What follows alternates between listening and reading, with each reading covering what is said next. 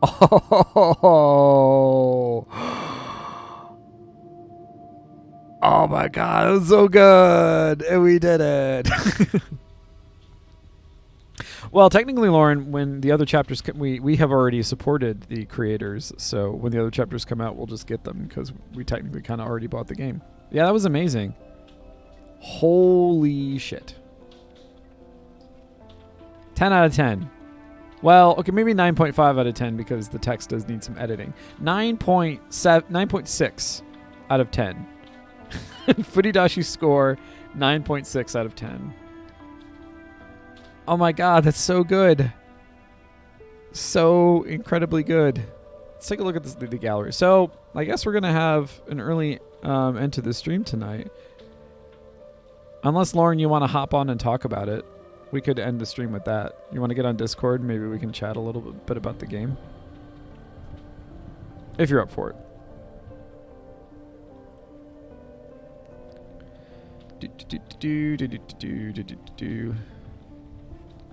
Like I said, if you're up for it. Okay, I want to take it. So, okay, so there's something that we didn't... There's one of the cards that we didn't... Two of the cards, actually, that we didn't get. This one was good. I liked this one, the one with the crumpled paper ball. Yeah. Holy jeez. Sublimation. The great work. Letters. So did we not... Oh, there's a lot more letters to get. Holy jolly. Oh, wait. Yep. I'm coming. And then I'll turn down the volume, too. Hey! Hey! Holy shit! Wow! There's so much more content to unlock. I was not expecting that. Well, it's possible that it's placeholders for things in the subsequent chapters. Because this is only Act 1. I see. And I know that would make sense. Yeah, and I know from following the creators' Ko-Fi page that they are nearly finished with Act 2, or at the end stages of working on Act 2. So there is more content to come, obviously, because there was a big to be continued at the end. Ah, man. Oofda. Oofta. All right, so debrief me. Okay. Debrief that. Because I'm just watching you, and I am getting spooked and chills and everything. There were some... And you're playing it. There were some creepy moments for me. Not creep. No, creepy's not the right word. Oh, geez. Okay, I'm gonna. So while we're talking, I'm gonna bring up I'm gonna bring up a nice, pretty picture for everyone to look at. One of the places. Oh, I like the desk. Let's bring up the desk. Okay, so I had goosebumps all the time, like the whole time. And I don't see. Here's what I'm wondering. I'm wondering if that was something that was elicited by the quality of the writing itself, which I should be very clear. Despite my quibbles with the need for some editing, the writing is paced extremely well, incredibly well. Right. But I don't know if the full effect that I was experiencing was the result of the writing, or if it had more to do with me performing it. Because I wonder if I was getting myself worked up in the process. And I don't know. I see. Yeah. Because especially in those passages where I started to sort of read them more breathlessly, and it was kind of oh my God, and then I did this thing, and then this thing happened, and then oh my God, I'm losing my breath. There were, well, one, when you read for an hour and a half straight, you kind of, your voice does tend to get a little hoarse, but in those moments, I was feeling a little breathless, but not breathless in the tired sense, breathless in the my body is reacting in a way that I can't control kind of sense. And that is not, because here's the thing. This game is not, well, okay. Actually, this is a question I want to ask you, because when I think of an immersive game, I tend to think of something that's sort of sort of involves all of your senses, especially your visual and sort of like, you know, and your motor skills. But like, there's no twitch reactions in this game. Obviously, you just select, you know, phrases from a menu. But there is a different kind of immersion here, a kind of like. And again, Sorry, go ahead. I would say you were incredibly immersed. I mean, I think what's funny is that when we first look at games, a lot of people assume immersion means getting invested in a entire sensory experience, and I don't think that's accurate. Okay. Because you can get immersed in a novel, right?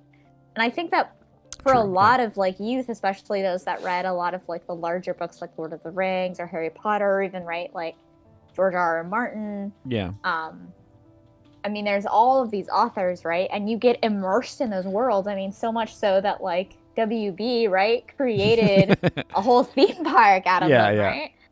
And you can get immersed in a movie so much that Disney owns it and then creates a theme park of it in Disneyland, right? But would you say that a game is more immersive because you interact with it? Like, that's, I think, the question that we need to ask. And then where it comes into this weird borderline is that when you play a game, you don't always expect to be immersed, especially if it's a visual novel. Yeah. Right? A lot of people tend to think of visual novels, I don't know, in the AAA space, like there are still some, sadly, not in the narrative space, but in the non-narrative space that still think of visual novels as like a basic or simple form of like a game. Yeah, I think that's I hate personally. I think that's true in like amongst like North American game devs. I don't think that's true of Japanese game devs because sorry, I hope you didn't hear me cough. No, it's fine. Because I just choked on my the thing is like the people who tend to work on like, you know, the writing and just like the narrative systems design for visual novels in Japan tend to be the people who then later get tapped to do things like write quests for games like Final Fantasy. It's definitely a North American thing. No, I absolutely agree. And I mean, maybe even not in Western Europe. I can't I can't. Yeah, I can't speak to Europe. I can only speak to sort of North America and Japan. I don't know what it's like for European devs. Yeah, but I can't really speak for Japan either. Just, I mean, I used to back in like the day when there was a North American all call for Voltage. Yeah. That was looking for writers, and if you chose to write in Japanese, there was no race discrimination. Yeah. Which I know sounds funny because that is actually exactly how it was worded. Well, in the contracts of like the contest that they were pitching. Anyway, so I kind of looked into that, and they were considered game developers because you could get hired to go into games. So I was looking at that for a little bit before I actually got into indie and AAA. All of that aside, though, I will say that the concept of immersion in a game is not necessitated by the amount of mechanics or actions that you take in that game. Yeah, I I think that I didn't quite express what I was trying to get at because I was still sort of like reeling from like the effect of the game.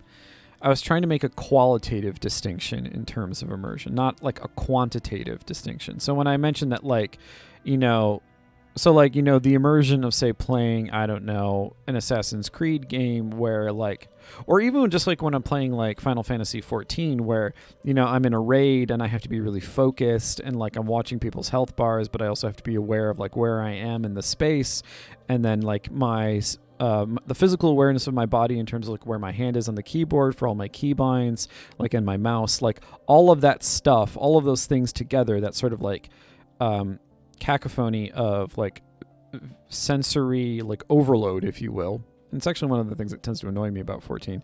Like that is contributing to sort of the immersive effect. But I think that is qualitatively different from the immersive effect of this game. Part of which I think it was contributed to by my performance of it, but also the fucking music. Holy shit.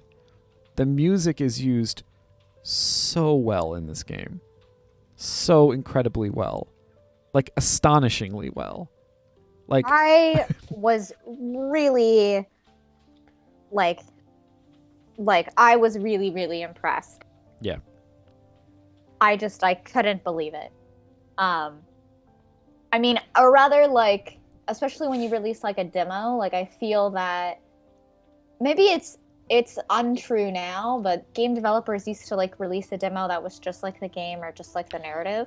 Yeah. And I guess I'll say it generally, but I really am speaking for myself here. Like if I was to release a demo, I would release it probably before most people would, because I'd want that writing feedback or I'd want that mechanical feedback. Yeah. And people would be like, oh, this doesn't feel right. Like, I don't really know what's clear, etc. And I'd go, okay, thanks. You're right. I actually didn't write that chapter in. Or you're right.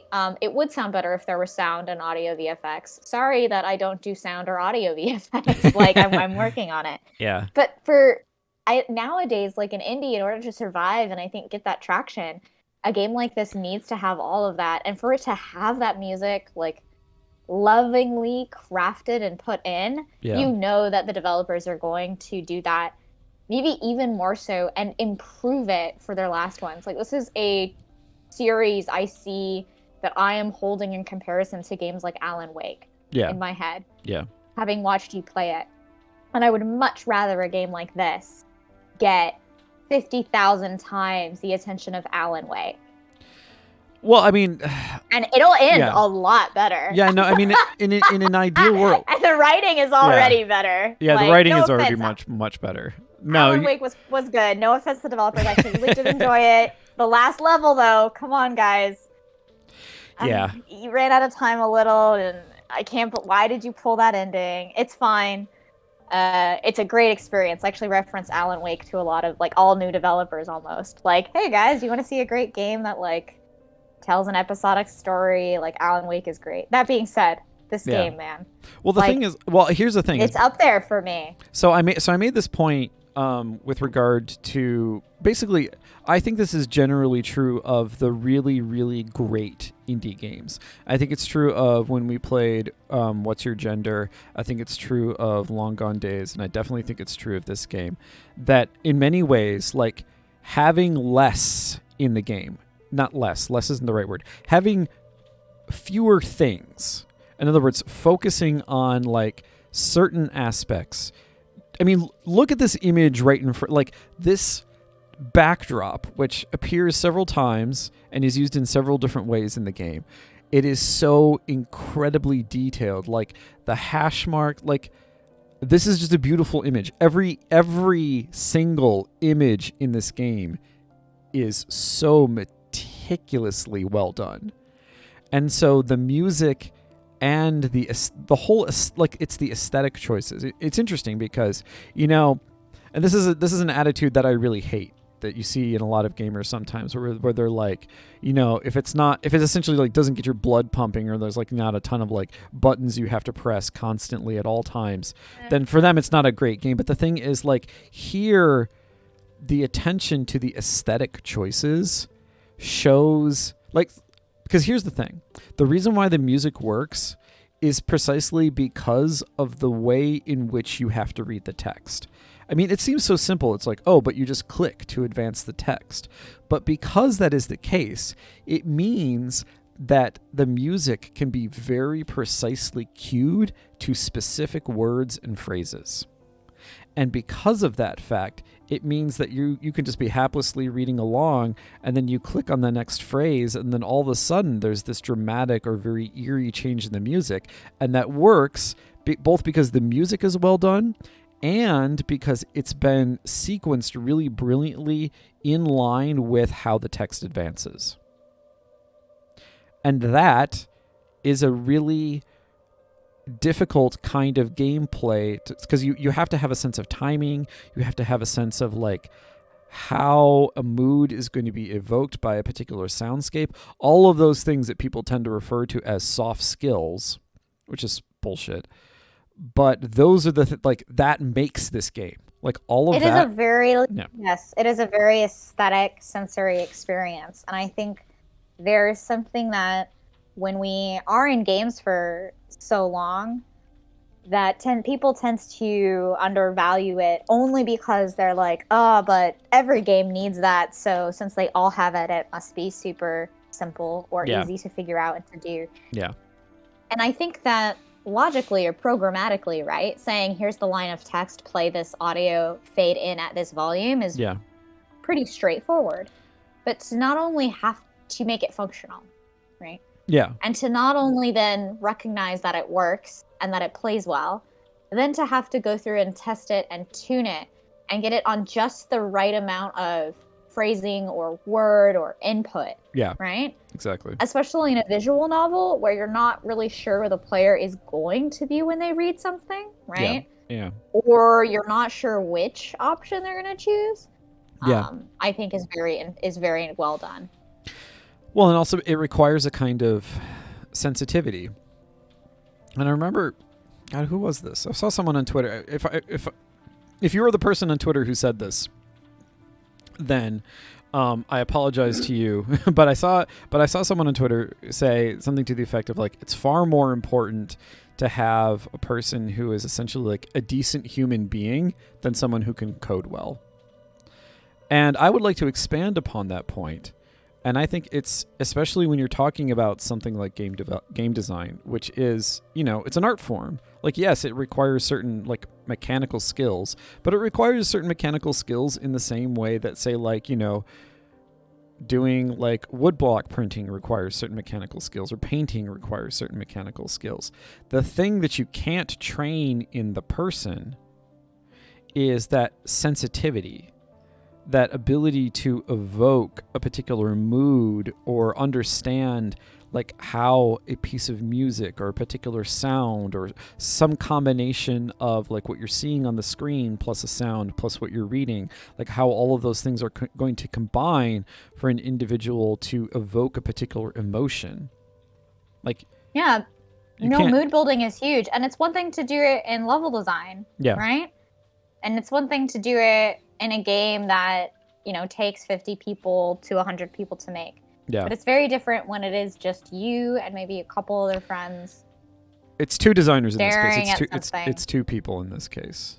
Yeah, it's two people. But they obviously work very closely together. So, yeah, but you're right. No, that it's a different environment. It's much more difficult to have that sense of sort of like mood evocation when you're like, when literally any given level is like has several hands on it. Whereas in this case, you have at most two hands on it, and they can probably communicate with each other in a far more like egalitarian. You mean 4 hands, right? With 2 people, 4 hands. 2 sets of hands. Sorry, you're right. Two sets of hands. A pair. I don't know. I mean, I don't know. I mean, it's entirely possible. This game makes me. I love that it's made by 2 people. I mean, this game really evokes like something super emotional for me, right? It's made by 2 people. It's a visual novel.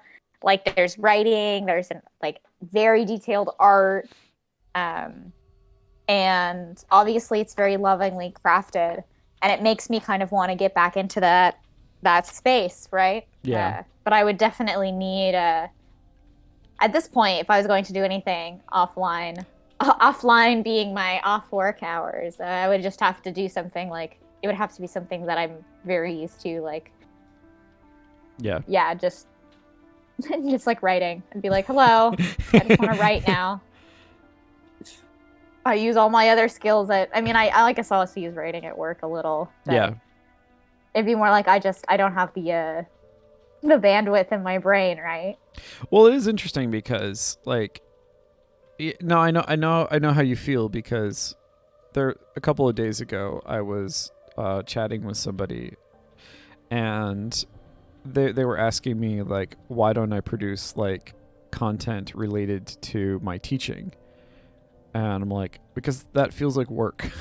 Like I don't, the problem is that like I can do this, like, stream or, do the podcast with you, or even do like, write the blog posts. And like, that doesn't feel like work to me, precisely because it's not tied to this like anxiety I have about my professional background. And so it's much harder for me to do like, say, I don't know, a series of videos about, say, like, I don't know, Japanese film or like Japanese literature, precisely because it's like even just thinking about it sitting here right now, I'm already kind of going, ugh. Yeah, I don't know. When you do what you love for a living, you realize that like when you're not doing what you love, like you don't want to do what you love for a living because your life is not always doing what you love, and you can love lots of different things. Yeah. It's kind of why you're the one that streams and I am not the streamer. It's not because that I can't stream, and I have streamed. It is that honestly, I have to play a game and make game and talk about game like all day. Yeah, now, exactly. I don't play game all day, but I test game for the things that I game with on my game. That's all I can say. well, no, I remember. Right? You, and so if I'm streaming, I'm not gonna play, and I'm talking all day, right? I'm not gonna play a game and talk about it. Yeah. No, that's perfectly reasonable. Yeah.